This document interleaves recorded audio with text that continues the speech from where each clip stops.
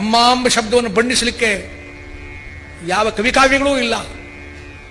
ಶಾಲೆಯಲ್ಲಿ ಮಾಸ್ಟರ್ ಹೇಳಿದ್ರು ಹುಡುಗರಿಗೆ, ನಿಮ್ಮ ಅಮ್ಮನ ಕುರಿತು ಒಂದು ಪ್ರಬಂಧ ಬರ್ಕೊಂಡು ಬನ್ನಿ, ಯಾವ ಪ್ರಬಂಧ ಒಳ್ಳೆಯದಿರುತ್ತದೆ ಅದಕ್ಕೆ 10 ಮಾರ್ಕ್ಸ್ ಕೊಡ್ತೇವೆ ಅಂತ.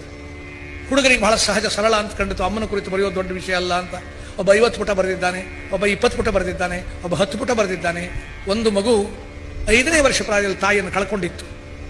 ತಾಯಿಯ ಶವಯಾತ್ರೆ ನಡೆಯುವಾಗ ಮಗು ಹೋಗಿ ತಾಯಿಯ ಹೆಣದ ಮೇಲೆ ಬಿದ್ದು, ನನ್ನಮ್ಮನ್ನು ನಂಗೆ ಬಿಟ್ಬಿಡಿ, ನನ್ನಮ್ಮನ್ನು ತಗೊಂಡು ಹೋಗಬೇಡಿ ಅಂತ ಅಳ್ತಾ ಇತ್ತು ಮಗು. ಮಗುವಿನ ಕೈಯಿಂದ ಆ ಶವವನ್ನು ಕಿತ್ತುಕೊಂಡು ತಗೊಂಡು ಹೋದರು.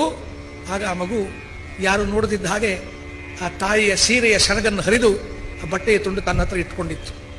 ಈಗ ಅದಕ್ಕೆ 15 ವರ್ಷ. ನಿತ್ಯ ಆ ತಾಯಿ ಸೀರೆಯ ತುಂಡು ತಲೆಯಡಿಯಲ್ಲಿ ಇಟ್ಕೊಂಡು ಮಲಗ್ತಾ ಇತ್ತು ಮಗು.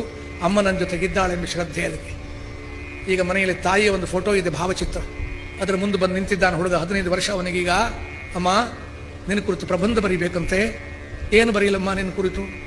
ನಿನ್ನ ಎದೆಯ ರಕ್ತವನ್ನು ಹಾಲು ಮಾಡಿ ಕುಡಿಸಿ, ನಿನ್ನ ತೋಳ ತೊಟ್ಟೆಲ್ಲನ್ನು ತೂಗಿಸಿ, ನಿನ್ನ ತೊಡೆಯಲ್ಲಿ ಕುಳ್ಳಿಡಿಸಿ ತೊದಲಾಡಿಸಿದೆಯಲ್ಲಮ್ಮ, ನಿನ್ನ ಕುರಿತು ಏನು ಬರೀಲಿ ಎಂಬುದಾಗಿ ಮಗುವಿಗೆ ಕಂಠದ ಸೆರೆಗಳು ಉಬ್ಬಿ ಕಣ್ಣೀರಿಳಿದು ಅಮ್ಮ ಅಂತ ಅಳ್ತಾ ಆ ಮಗು ಆ ಕಾಗದದ ಹಾಳೆ ಕಣ್ಣೀರಿನಲ್ಲಿ ಒದ್ದೆಯಾಗಿ ಹೋಯಿತು. ಅದ ಮೇಲೆ ಬರೆಯೋದೇನು?